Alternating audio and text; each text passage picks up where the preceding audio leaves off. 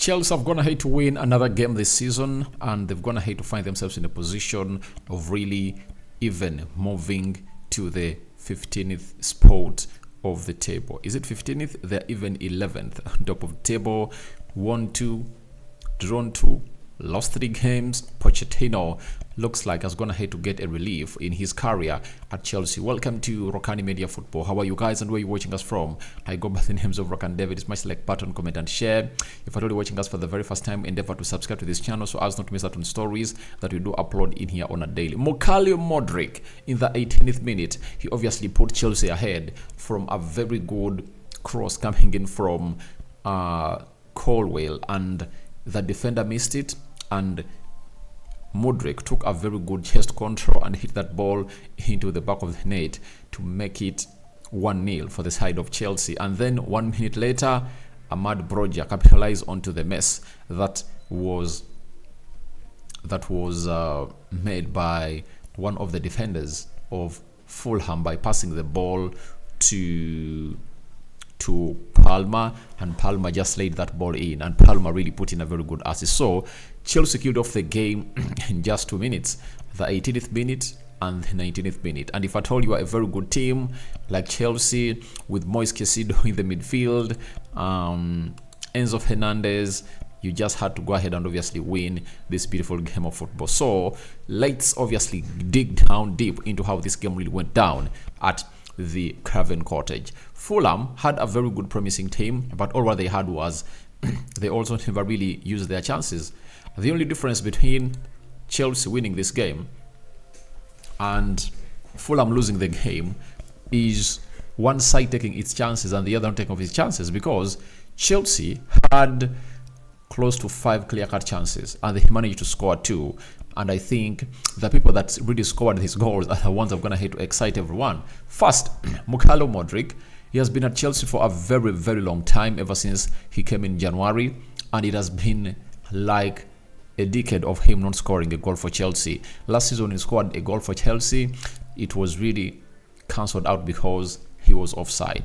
But he had a couple of 2 assists last season. This season, he came up and never even had a goal in the starting 11 of Chelsea, and he had to fight to get into the starting 11 of Chelsea. Having been given the shirt number 10 of Chelsea, Mudryk, in the previous 3 games, he showed us that he is really getting back to where he deserves to be, and courtesy of Mauricio Pochettino. And for me, I've always gone ahead to believe in Pochettino that he might be the right guy to really see to it that this guy comes good.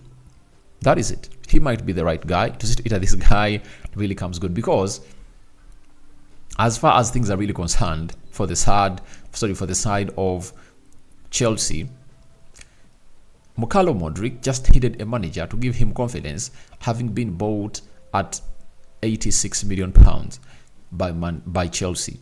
And he came in out of pressure.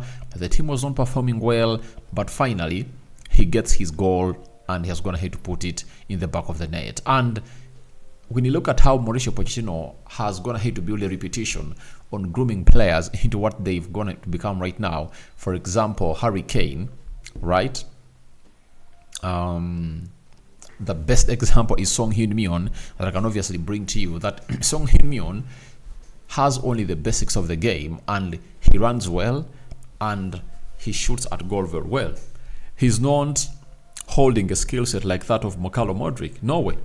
Mudryk is a more talented player than Son Heung-min. But if Pochettino went ahead to make Son Heung-min, right, one of the best players in the Premier League for the time he was there, why doesn't he do it for Mudryk? Because Mudryk is just a raw talent that needs to be polished and obviously make it clean, as you've seen him do.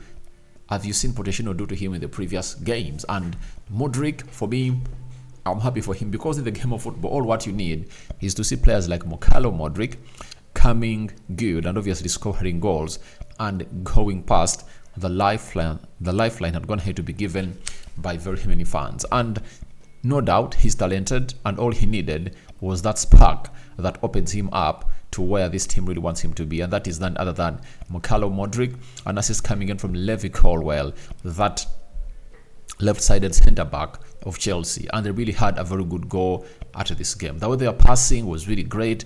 The intricate passing, line-breaking passes from the midfield. Caicedo, Enzo Fernandez, having gone in for a 4-3-3 system this time round, it really worked well for the side of Chelsea, and they went ahead to win a London derby. And I've gone ahead to see Johnny Terry put up a tweet that this is not really a London derby in between Chelsea and Fulham. To phrase it very well for you to understand it, he was like saying there is no derby in between Chelsea and Fulham. But I would like to let you know that a derby is a derby. Before Manchester City became the team they are right now, they used to finish 10th, 15th in the season. But every time they played Manchester City, Manchester United, you really felt the derby and how they obviously felt each and every time they beat us. You know, look at Arsenal and Spurs. It's not that Spurs has the trophies that Arsenal have, but it's always a derby. It's always a derby. So for me, John Terry has to come out and really accept that it's obviously one of the most important things to not live in denial. It's a London derby and it has been here for some long time. And last season, the king of these London derbies was Arsenal because he won all of them home and away. That is it. He won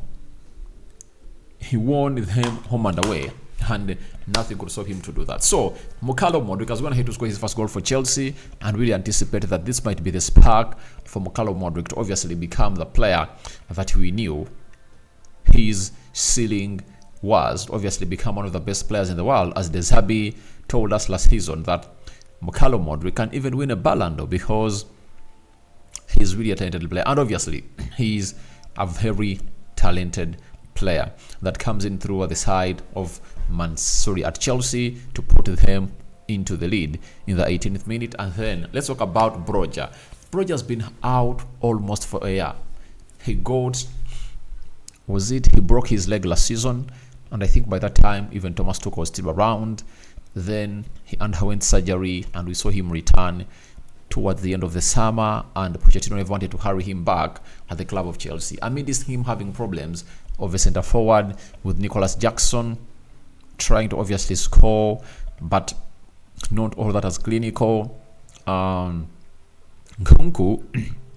who would have gone ahead to rescue them from the situation, is returning in December.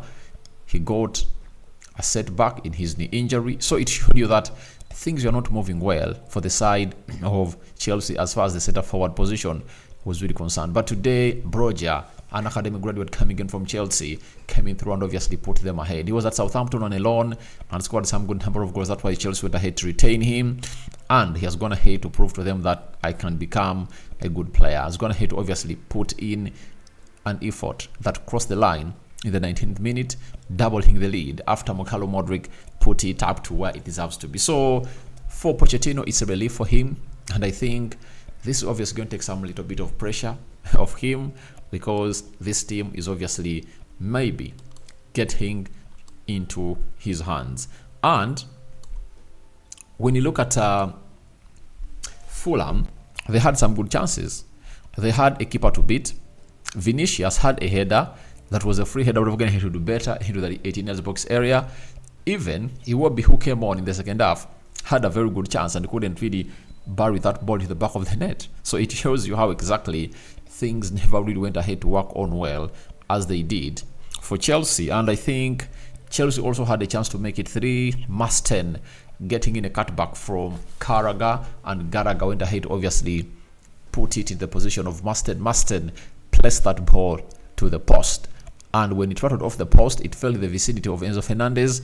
Enzo Fernandez went ahead to hit that ball immediately, and when it fell on him, because I knew there was a player in front of him to defend him from obviously hitting the back of the net, I knew Enzo Fernandez, with his skill and quality, he was going to send that player into the ground, but he never really damaged him. He went in for an instant shot. It was blocked by the ball by I think Diop, and it was a corner for Chelsea. But Chelsea also had some decent chances, but Caicedo and Enzo Fernandez, they ran the show. They ran the show on the night, and trust me, if that team clicks up and gains confidence, it might be a very hard team to obviously beat. And this is not good news to the people of Arsenal that really know they're going to be facing Chelsea after the international break. Now, Chelsea are left with one game to play in the weekend, and after that one game, they're obviously going to go into the international break, and after the international break, they'll obviously find themselves in a position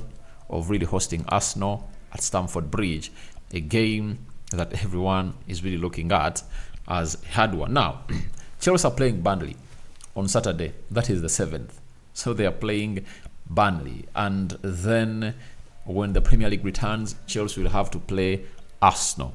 So another huge competitive game to obviously coming through for the club of Chelsea. But I think if they can win the game of Burnley away from home, of which I think they can, that's obviously going to relieve the pressure of them, and things will work out well for them like we anticipated. Now let's go to the stats of how this beautiful game of football really went down.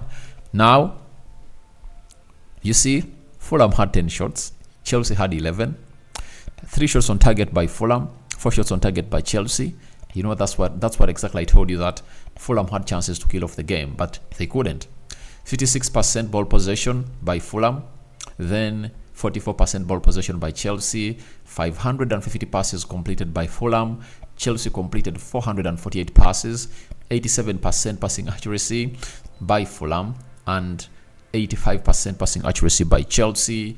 15 fouls by Fulham, 12 fouls by Chelsea, 1 yellow card to Fulham, 4 yellow cards to Chelsea, 0 red cards to both sides, 2 offsides to Fulham, 4 for Chelsea, 8 corners for Fulham, and 1 corner for Chelsea. That is it. Now, let's get straight into this. This is the table and how the standings are. Man City still on top of the table. Tottenham tying points with Arsenal. Spurs having gone ahead to score very many goals.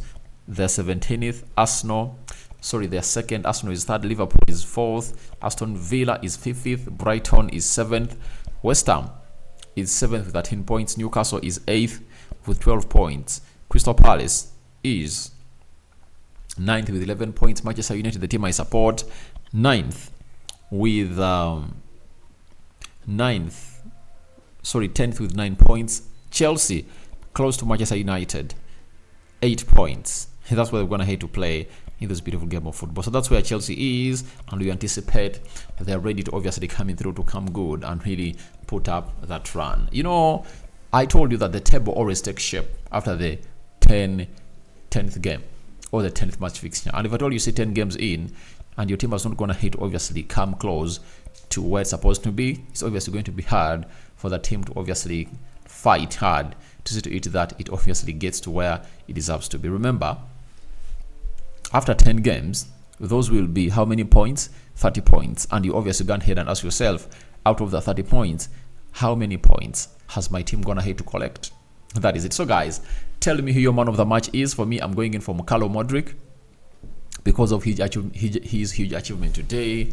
I don't think that there was another exceptional player into that team of Chelsea, because Mudryk ran the show and he was in the mode in the night. Even before scoring a goal, he was obviously taking the threat to that side of Fulham, and that central defense of Fulham really felt his threat every time he got onto the ball. So I sign out for now. See you later. Good morning. Chelsea have gone ahead to win their second game of the season, and they are having some good points. There are 8, and we wait and see how they perform against Burnley away from home over the weekend. Rokani David remains my name. I sign out for now. See you later, and I cover you all in the precious blood of Jesus Christ. May the living to God bless you abundantly. Muslims, Barak Lau Fikum.